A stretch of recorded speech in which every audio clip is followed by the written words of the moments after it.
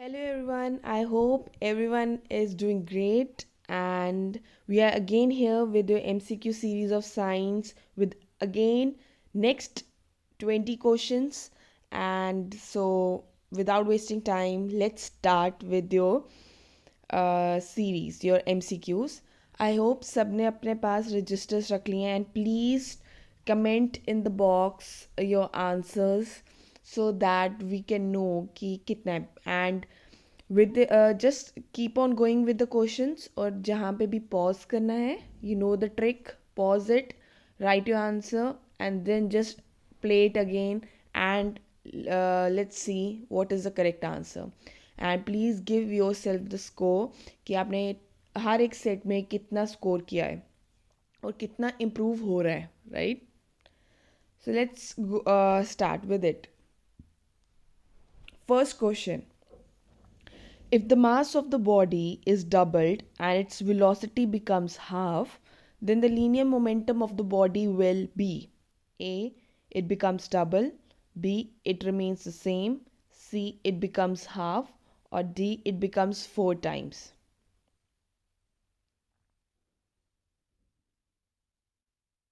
If you know the formulas, so it will be really very easy for you to just give out the answer.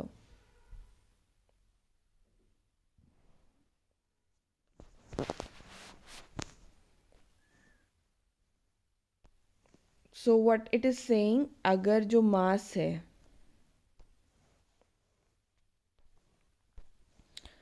अगर mass of the body को हम double कर दें and the velocity becomes half तो हमारी linear momentum क्या होगा. So firstly we should know what is linear momentum is. Linear momentum का फॉर्मूला क्या होता है.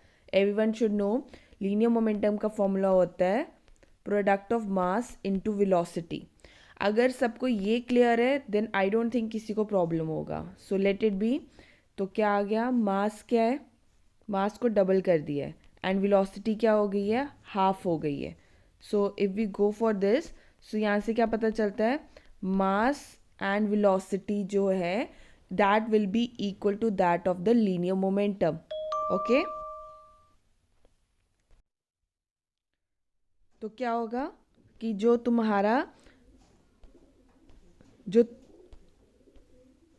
जो तुम्हारा लीनियर मोमेंटम होगा that will be equal to mass and velocity. So what will be the correct answer, B. It remains the same. मतलब तो जो तुम्हारा लीनियर मोमेंटम है ऑफ द बॉडी भी सेम ही रहेगी, that of the mass and the velocity. Okay, so if you know the basically the formula it will be very easy कि आप आंसर दे सकें. It's all that trick, so you need to remember them. ठीक है. और अगर इसका unit क्या होता है लीनियर मोमेंटम का, एक और क्वेश्चन इसमें से निकलेगा, दैट इज केजी मीटर पर second. Okay, let's go with it. Second question. Bleaching action of chlorine is by A. Decomposition, B. Hydrolysis, C. Reduction, or D. Oxidation.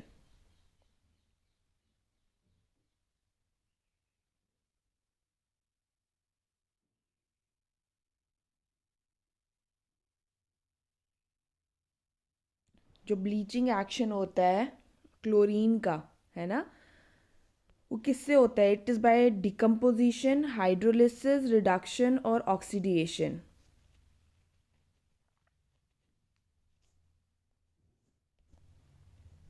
So basically let's go for it. ठीक है.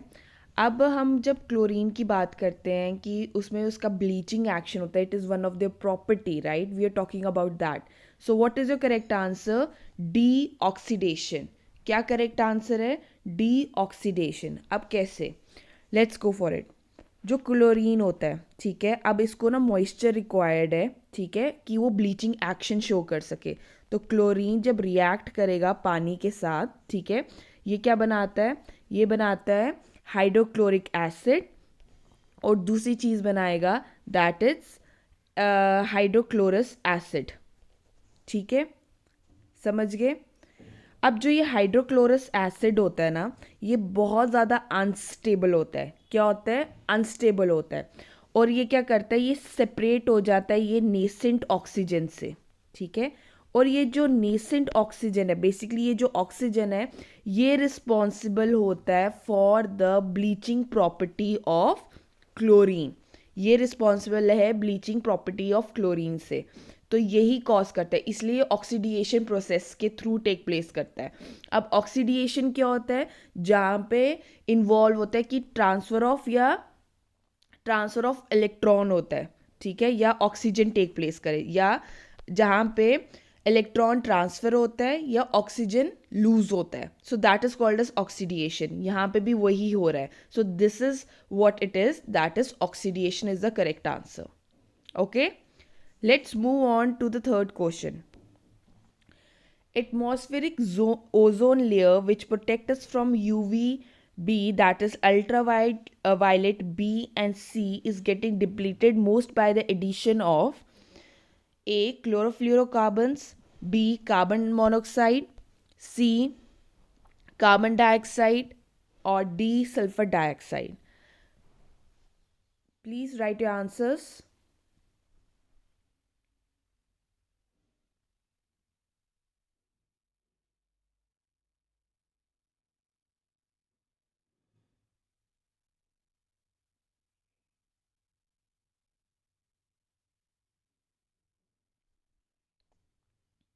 ठीक है, so your correct answer is A chlorofluorocarbon, जिसको हम CFCB कहते हैं, है ना। हमने यही पढ़ा है, CFC कहा जाता है। अब जब हम CFC की बात कर रहे हैं, राइट, तो हमने क्या बोला कि जो एटमॉस्फेरिक जो हमारी ओजोन लेयर है, जो हमें UV रेज B और C से प्रोटेक्ट करती है, वो किसकी वजह से डिप्लीट हो रही है? क्लोरोफ्लोरोकार्बन्स। अब ये क्लोरोफ्लोरोकार्बन्स है क्या, पहले इसके बारे में पढ़ो, क्योंकि यहीं से कितने सारे क्वेश्चंस निकलेंगे। पहली बात, क्लोरोफ्लोरोकार्बन क्या है? ये एक मैन मेड प्रोडक्ट है, पहली चीज़ आ गई, ठीक है। अब किससे बना होता है? दैट इज क्लोरीन से बनता है, नाम में ही लिखा हुआ है, फ्लोरीन से बनता है और कार्बन से बनता है, करेक्ट। एक और चीज़ आ गई, अब ये बना कब था? 1930 में एक मैन मेड कंपाउंड ही है, ठीक है।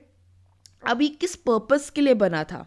अगर हम इसका पर्पस देखे जाए तो ये पर्पस ऑफ रेफ्रिजरेशन के लिए बना था, ठीक है। ये रेफ्रिजरेटर के लिए बना था और एयर कंडीशनिंग पर्पस के लिए बना था, ठीक है। एयर कंडीशनिंग पर्पस के लिए ये बना था। अगर अब ये एयर कंडीशनिंग पर्पस के लिए बना था तो क्या हो जाता है? बेसिकली क्या होता है, ये जो हमारे क्लोरोफ्लोरोकार्बन हमारे एयर कंडीशंस में या हमारे रेफ्रिजरेटर्स में होते हैं, इनका कोई प्रोसेस नहीं है कि इनको हम सिंक कहाँ करें, ठीक है। तो इसको रिमूव या सिंक कहाँ करें? तो बेसिकली क्या होता है, हमारी जो एटमॉस्फेयर में जो लोएस्ट पार्ट जो होता है एटमॉस्फेयर का, उसको क्या कहते हैं? ट्रोपोस्फेयर, ठीक है। अब ये जो ट्रोपोस्फेयर होता है ना, इस लेयर पे यहाँ पे कोई भी एक मेथड नहीं है जिससे इसको हम रिमूव कर सकें। तो क्या होता है, जो क्लोरोफ्लोरोकार्बन है ना, वो ऊपर की एटमॉस्फेरिक लेयर्स में चला जाता है, ठीक है। कौन सी लेयर में चला जाता है? स्ट्रेटोस्फेयर में। कहाँ चला जाता है? स्ट्रेटोस्फेयर लेयर में चला जाता है, जहाँ पे ये क्लोरोफ्लोरोकार्बन जो है वो ब्रेक डाउन हो जाता है by the UV rays. UV rays की वजह से क्लोरोफ्लोरोकार्बन ब्रेक डाउन हो जाता है और क्या रिलीज करता है?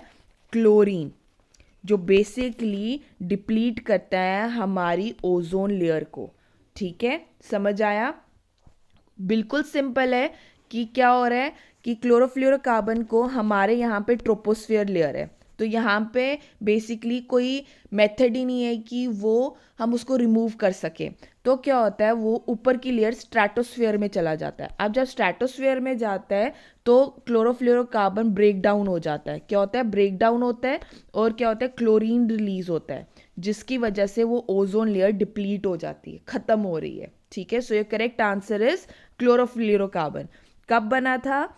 It is made by man made, और कब बना है? इन 1930। सो यू शुड नो दैट, और आपको पता होना चाहिए ये कहाँ जाके डिप्लीट हो रही है। स्ट्रेटोस्फेयर लेयर में हो रही है। 3 क्वेश्चंस निकल गए, ठीक है, let's go on to the next question. Which of the following is considered as a complete protein food? A almond, B horse gram, C soybean और D cashew nut.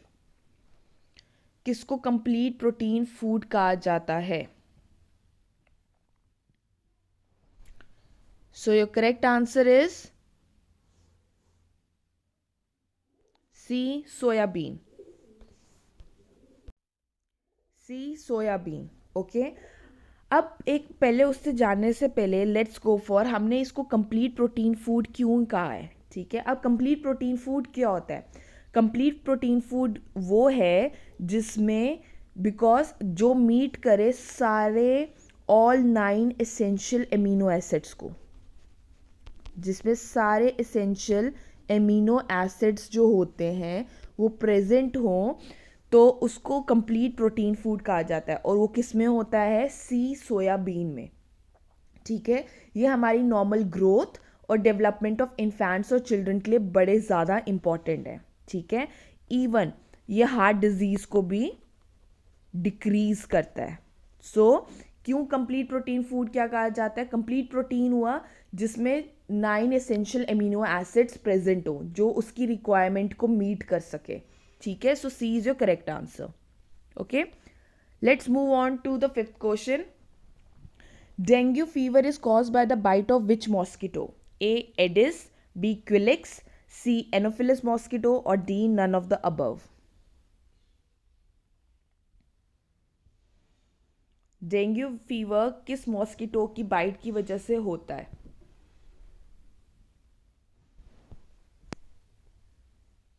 So your correct answer is A aedes mosquito. ये aedes एक species होती है जो dengue fever cause करती है. ठीक है, so A is your correct answer. You should know the names क्योंकि ये क्वेश्चंस आ जाते हैं. और अगर ये भी क्वेश्चन आ सकते हैं, एनोफिलिस मॉस्किटो से क्या होता है, कौन सा डिजीज होता है? Malaria.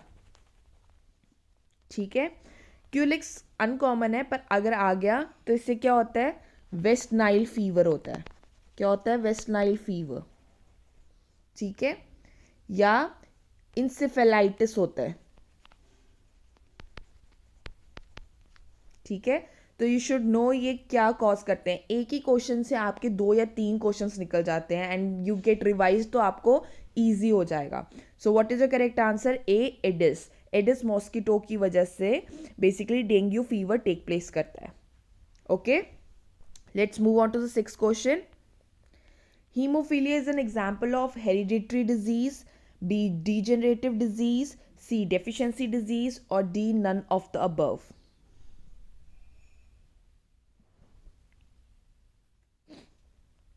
So your correct answer is A hereditary disease. ये inherited क्या होता है? Bleeding disorder है. क्या है? Bleeding disorder है. ठीक है, इसमें क्या होता है? जो ब्लड है वो क्लॉट नहीं बना पाता. क्या नहीं बना पाता? क्लॉट नहीं बना पाता.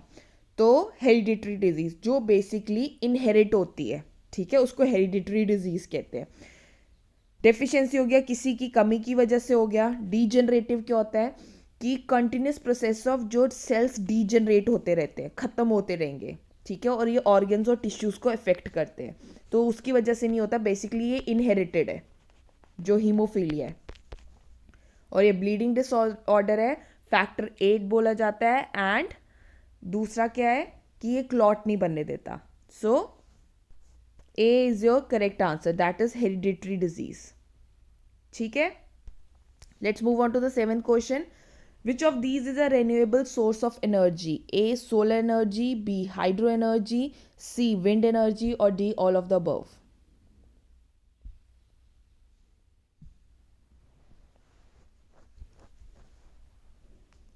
So your correct answer is D all of the above. अगर तुम्हें पता होगा कि रेन्यूएबल सोर्स ऑफ एनर्जी क्या है, so it will be easy for you.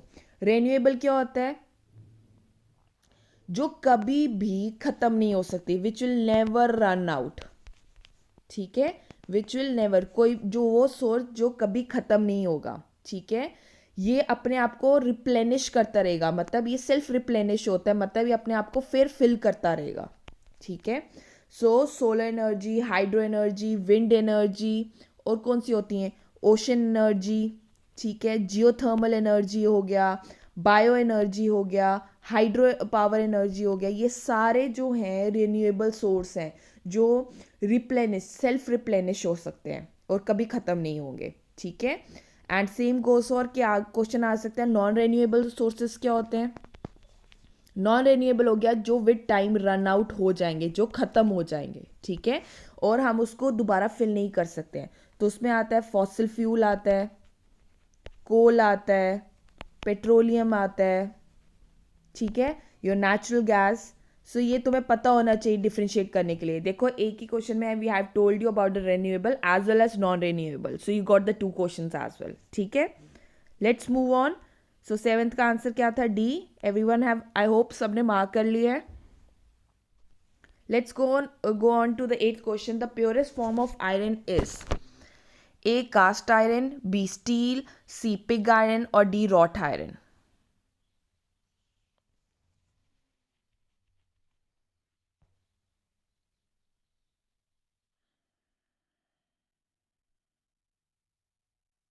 So your correct answer is D wrought iron. क्यों? क्योंकि रॉट आयरन एक ऐसा आयरन है जिसमें 99.5% आयरन ही होता है, प्लस इसमें सिर्फ 0.12 टू 0.25% कार्बन होता है, दैट्स इट। बाकी जो है पूरा एक आयरन होता है। That is why wrought iron को प्योरेस्ट फॉर्म ऑफ आयरन कहा जाता है। क्यों? आप लिख लो, क्योंकि ये पूछ भी सकते हैं कि रॉट आयरन में कितना परसेंट ऑफ आयरन होता है, 99.5%, और उसमें सिर्फ इतना 0.25% या 0.12 टू 0.25% कार्बन होता है, दैट्स इट, ठीक है। So that is why it is considered as purest form, ठीक है। अगर हम बात करेंगे कास्ट आयरन की, कास्ट आयरन को भी प्योरेस्ट कहा जाता है, पर इसमें और भी एलॉयज होते हैं, जैसे सिलिकॉन होता है इसमें, इसमें मैग्नीज भी होता है। So that is why it is not considered as purest as wrought iron. So D is your correct answer, ठीक है। चलें आगे। Ninth question. Which one of the following is not included under in situ conservation? A zoo, B national park, C wild life sanctuary और D biosphere reserve. कौन सा है which is not included under in situ conservation? A zoo, B national park, C wild life sanctuary और D biosphere reserve.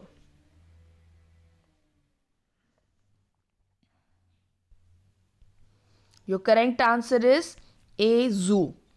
अब इन situ conservation क्या होती है? वो कंजर्वेशन, इन सीटू मतलब जो अपने ही नेचुरल हैबिटेट में, ठीक है, जब एक स्पीशीज की हम उसी की नेचुरल हैबिटेट में उसको कंजर्व करें, मतलब उसी के अंदर उनकी रिकवरी हो, मतलब जितनी भी पॉपुलेशन है और अपनी ओरिजिनल प्लेस में ही उनको कंजर्व किया जाए, तो इन सीटू होता है, ठीक है। अब इन सीटू जो है वो कौन से हैं? जैसे नेशनल पार्क्स हैं, वाइल्ड लाइफ सेंचुरीज हैं, बायोस्फीयर रिजर्व्स हैं, ये हो गया जहाँ पे वो हैं, ठीक है। जबकि जो जू है that is a ex situ conservation. Ex situ क्या होता है? जो मैन मेड होता है। जैसे जू, ये एक मैन मेड चीज़ है, ठीक है, जो हैबिटेट या इकोसिस्टम बनाए गए। जू हो गया, सीड बैंक्स हो गए, या जोलॉजिकल गार्डन्स हो गए, ये सब मैन मेड है। So these are considered ex situ conservations. जबकि national park, wild life sanctuary और बायोस्फीयर रिजर्व जो है ये नेचुरली बिल्डअप है, ठीक है, इसलिए इनको कहा जाता है इन सीटू कंजर्वेशन, ठीक है। सो ये करेक्ट आंसर है जू। जू जो है इन सीटू नहीं है, it is an ex situ conservation. I hope I am correct. Okay, let's move on to the last question of your part 1, that is set 1. Bile juice is formed in the A kidney, B salivary gland, C liver or D lungs.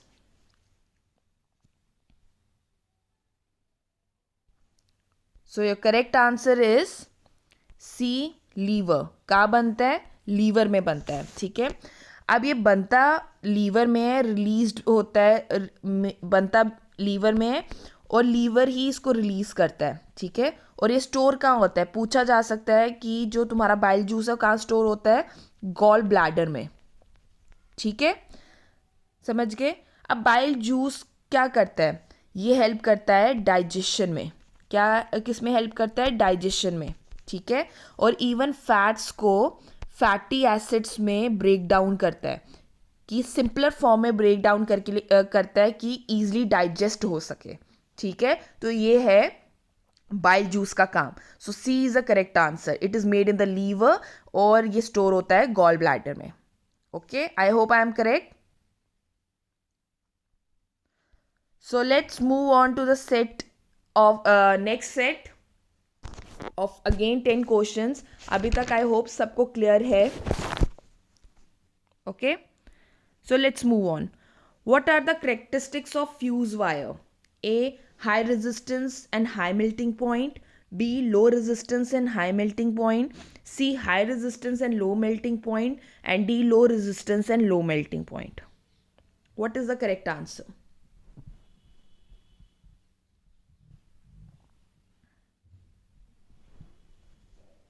Your correct answer is C. High resistance and low melting point. ठीक है, तो basically अगर हम properties पढ़ें fuse wire की, उसकी तीन properties होती हैं। एक उसकी हाई रेजिस्टिविटी होती है, ठीक है, उसका लो मेल्टिंग पॉइंट होता है, ठीक है, और एक सूटेबल करंट रिक्वायर्ड होता है, ठीक है, ये इसकी प्रॉपर्टी है, ठीक है। अब फ्यूज़ वायर चाहिए क्यों होता है, ठीक है, फ्यूज़ वायर का काम क्या है, अगर सबको पता होगा कि फ्यूज़ वायर हम लगाते क्यों हैं। फ्यूज़ वायर इसलिए लगाया जाता है कि ये इमीडिएटली मेल्ट हो जाए, ठीक है, जब एक स्ट्रॉन्ग करंट जब होती है पास करती है सर्किट से, ठीक है, इसका काम है कि ये मेल्ट हो जाए। तो इसको क्या किया जाता है, हमारे जो होम अप्लाइंसेस होते हैं उनको प्रोटेक्ट करने के लिए हम फ्यूज़ वायर लगाते हैं कि जैसे एक स्ट्रॉन्ग करंट पास होगी तो फर्दर डैमेज ना हो, तो बेसिकली जो अप्लायंस है वो डैमेज ना हो, तो हम क्या होता है फ्यूज़ वायर जो होगा वो मेल्ट आउट हो जाता है, ठीक है, समझ आ गया। और फ्यूज़ वायर किससे बना होता है, it is made up of tin, lead and zinc. Okay, so C is your correct answer. इसको रेजिस्टेंस ज़्यादा चाहिए होगी कि रेजिस्ट कर सके, और कम मेल्टिंग पॉइंट होता है कि जल्दी मेल्ट कर सके, और तो ताकि क्या हो सके, करंट फ्लो कर सके, जो स्ट्रॉन्ग करंट है वो फ्लो ना कर सके थ्रू द सर्किट, ठीक है, इसलिए it requires high resistance and low melting point. Correct. Second question, the ecological pyramid that is always upright. A. Pyramid of energy, B. Pyramid of biomass, C. Pyramid of number, or D. None of these.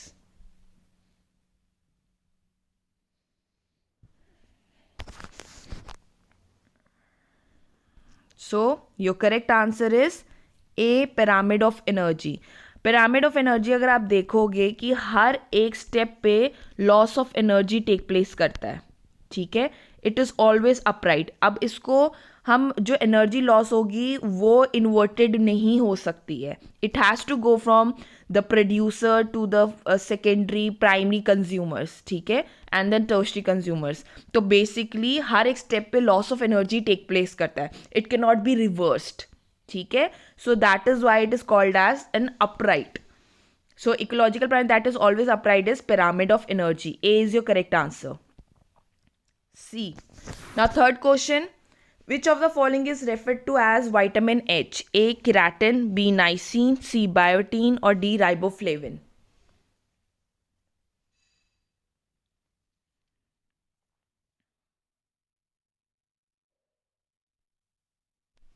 So your correct answer is C, biotin.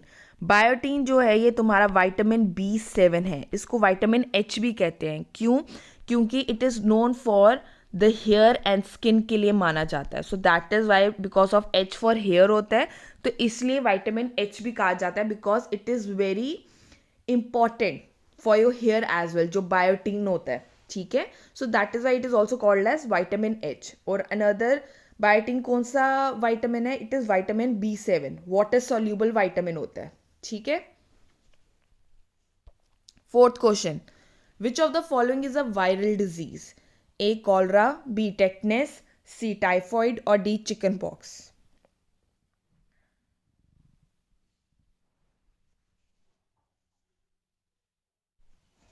So your correct answer is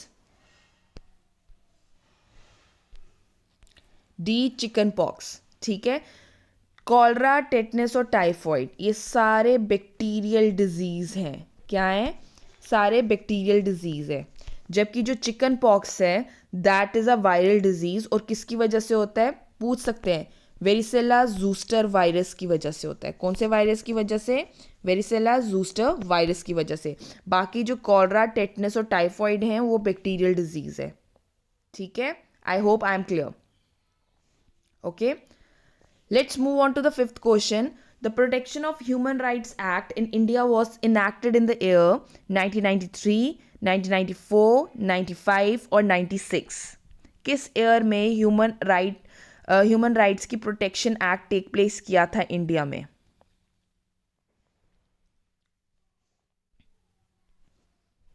So your correct answer is A 1993. 28 सितंबर 1993 में ये पास हुआ था with in India. ठीक है. By the national human rights conversion. ठीक है. चलें आगे. Six question, which of the following is a rich source of omega 3 oil? Omega 3 oil का कौन सा रिच सोर्स है? A dairy products, B cod liver oil, C vegetables और D wheat products.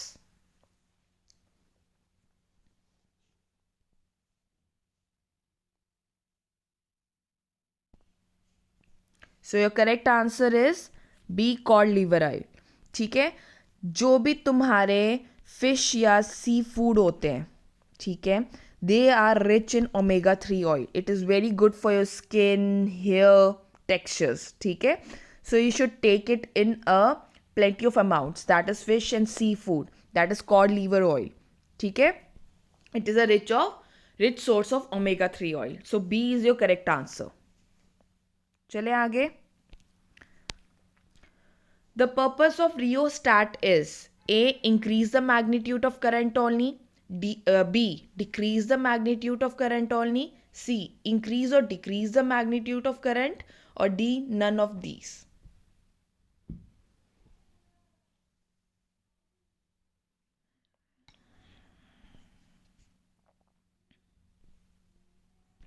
So your correct answer is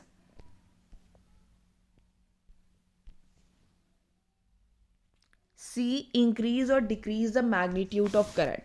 अब rheostat होता क्या है? ठीक है. ये क्या है? एक एडजस्टेबल रजिस्टर होता है. क्या होता है? एडजस्टेबल रजिस्टर होता है जिसको हम यूज़ करते हैं इन एप्लीकेशन दैट रिक्वायर्ड, जब मतलब करंट की एडजस्टमेंट करनी हो. ठीक है. ये रजिस्टर है जो करंट की एडजस्टमेंट के लिए यूज़ किया जाता है. ठीक है. एक इलेक्ट्रिक सर्किट में. ठीक है. सो मतलब अगर एडजस्ट करना है करंट को, मतलब ये इंक्रीज भी कर सकता है और डिक्रीज भी कर सकता है. सो दैट इज़ वाई जो पर्पस होता है रियोस्टैट का वो होता है कि इंक्रीज करना और डिक्रीज करना मैग्नीट्यूड ऑफ करंट को. ठीक है. So C is your correct answer. 8th question, which conventional source of energy is primarily used for transportation and industrial processes? A. Natural gas, B. Hydropower, C. Coal or D. Petroleum.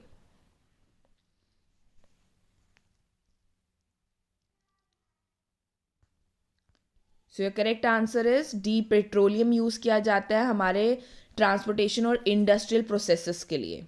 ठीक है. चले आगे. 9th question, rancidity is an example of which type of reaction? A. Combination reaction, B. Oxidation reaction, C. Double displacement reaction and D displacement reaction.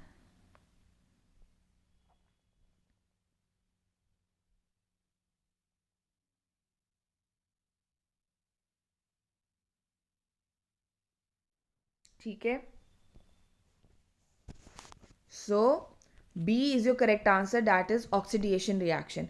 अब rancidity होता क्या है, ठीक है, मतलब जो तुम्हारा फूड है ना वो स्पॉइल हो गया होता है, there is spoilage of your food. ठीक है, तो क्या होता है, ये कंजप्शन के लिए अनडिजायरेबल होता है. क्या होता है, अनडिजायरेबल होता है. ठीक है, अब ये होता किसकी वजह से, ऑक्सीडिएशन होती है फैट्स एंड ऑयल्स की. ठीक है, जो फैट्स एंड ऑयल्स प्रेजेंट होते हैं फूड में उनकी ऑक्सीडिएशन टेक प्लेस करती है, जिसकी वजह से हमें गंदी सी स्मेल आती है और जो टेस्ट होता है वो चेंज हो गया होता है. वो किसकी वजह से होता है, ऑक्सीडिएशन रिएक्शन की वजह से होता है. हमने कल डिस्कस कर चुके हैं हम सारी terms, combination, oxidation, double displacement and displacement reactions क्या होती हैं. ठीक है, so B is your correct answer. Last question. Sulforaphane has been discovered to offer protection against cancer. In which of the following it can be found? A. Milk, B. Fish, C. Tea, or D. Broccoli?